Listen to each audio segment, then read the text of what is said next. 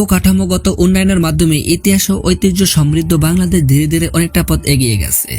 রাজধানী হওয়া স্বাভাবিকভাবেই দেশ জুড়ে দিন বদলের এই হাওয়ার সবচেয়ে বেশি সান্নিধ্য পেয়েছে ঢাকা। চট্ট ভূখণ্ডে আকাশ ও জটিলতা নিয়ে প্রায় 400 বছরও পুরনো শহরটি বিশ্বমানের সভ্যতার সঙ্গে তাল মিলানো শুরু করেছে। ঢাকার পূর্ব অঞ্চল 300 ফিট সড়ক যেন বজ্রকণ্ঠে সেই ঘোষণা দিচ্ছে। উপশহর গড়ার লক্ষ্যে নিয়ে ঢেলে সাজানো এই বিস্তৃত অঞ্চলটি ইতিমধ্যে দক্ষিণ পূর্ব এশিয়ার অন্যতম দৃষ্টিনন্দন এক্সপ্রেসওয়েতে পরিণত হয়েছে। এটি ইতিপূর্বে উদ্বোধন হয়েছে। নতুন এই মাইল ফলকের ব্যাপারে চলুন বিস্তারিত জেনে নেই।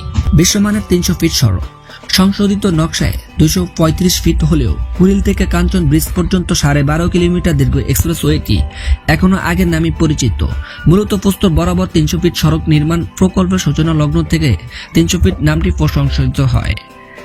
এখন কুড়িল থেকে সড়কটি 14 লেনের বিভক্ত হলেও বালু ব্রিজ পর্যন্ত 6.5 কিলোমিটার চলে গেছে।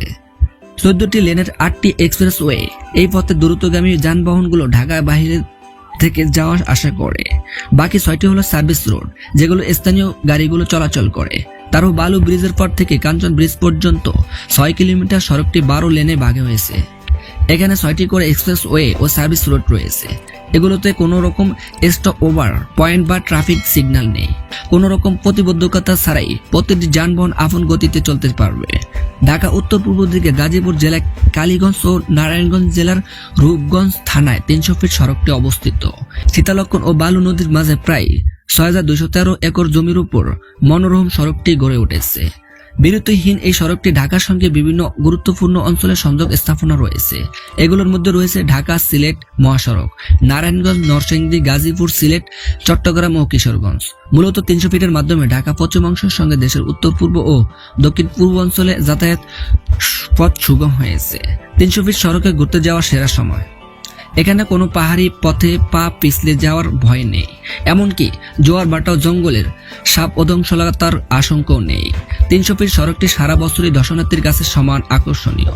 ইতিমধ্যে স্থানীয় লোকজন সহ ঢাকার দূর দূরান্ত মানুষরাও এখানে সময় কাটাতে আসেন।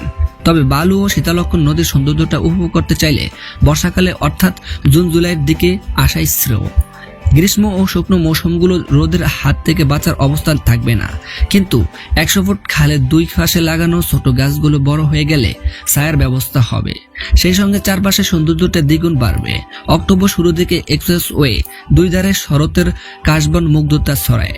তাই এই সময় ছাড়া পিচ ঢালা রাস্তার সঙ্গে ঘোরাফেরার অপূর্ব মেলবন্ধন সাক্ষী হয়ে যাবে। আজকের মতো এই পর্যন্ত। এরকম তথ্যভিত্তিক ভিডিও পেতে হলে থটস অফ আয়ান চ্যানেলটিকে সাবস্ক্রাইব করে দেবেন। Thanks for watching.